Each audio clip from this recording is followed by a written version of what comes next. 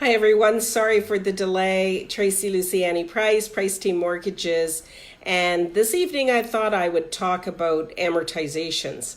So when you are purchasing a home, you are limited to maximum 25-year amortization. So you can look at a calculator and that will give you an indication of what your payments will be when you're trying to purchase a home, but your maximum amortization is 25 years. Now, if you refinance your property, you could go up to a maximum of 30 years. And a lot of people don't know that.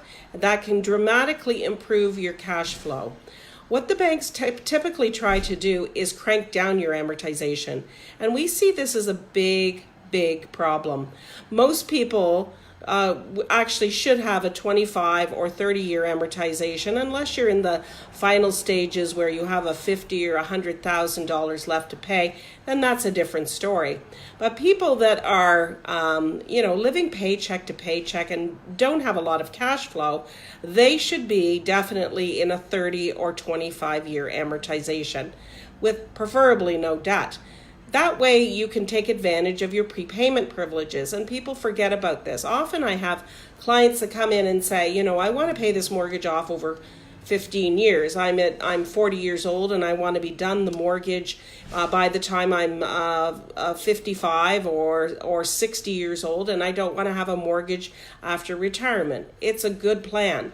But other things get in the way, like divorce, separation, all kinds of like illness and everything else. So my feeling is really think about your amortization. I often coach people and I say, I know you want a 20-year amortization, but perhaps you should look at taking a 25-year amortization, see how it goes, and then you can prepay your mortgage. Many of our lenders have the ability to pay 20% per year.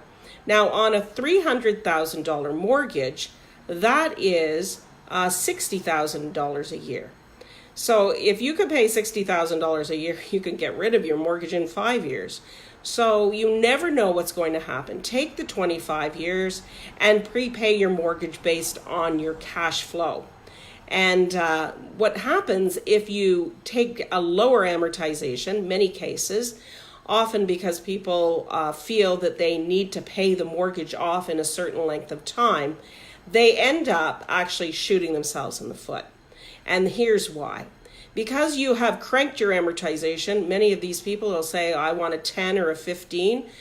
When you do their cash flow, they end up having to borrow money on their line of credit or their credit card, or they have to get another loan, or they need a new car, so now they have a car payment.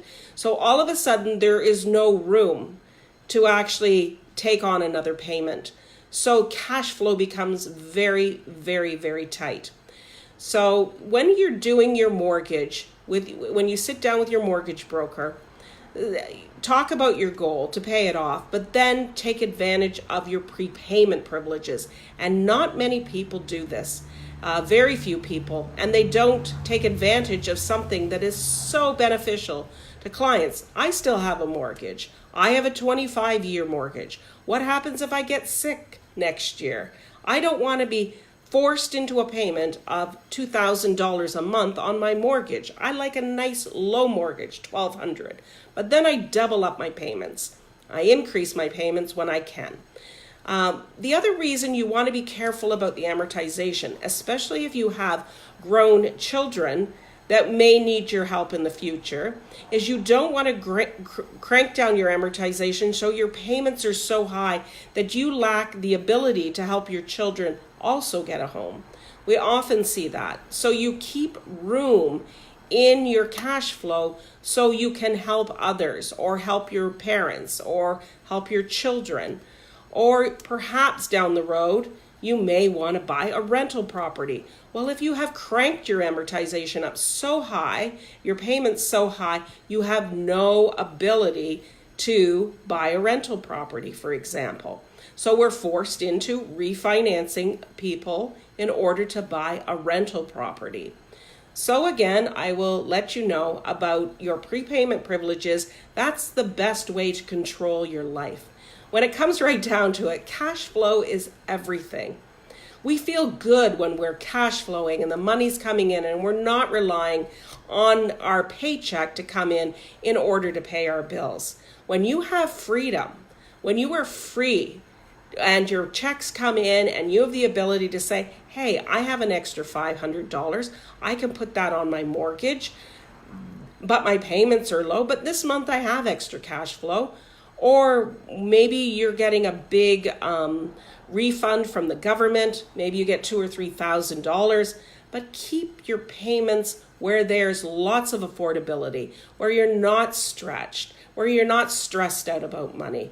Because this culture that we have of being stressed out about money often makes us very, very, very stressed out and so anyway, I'm talking from my cell phone tonight, so it's a little bit different. I tried to get on by my computer. And so I want to just make sure that everyone understands about amortizations. And if you have any questions, we're always here to help. Even if it is for some friendly advice, that's what we're here for. So we'll talk to you later and have a great week. Bye for now.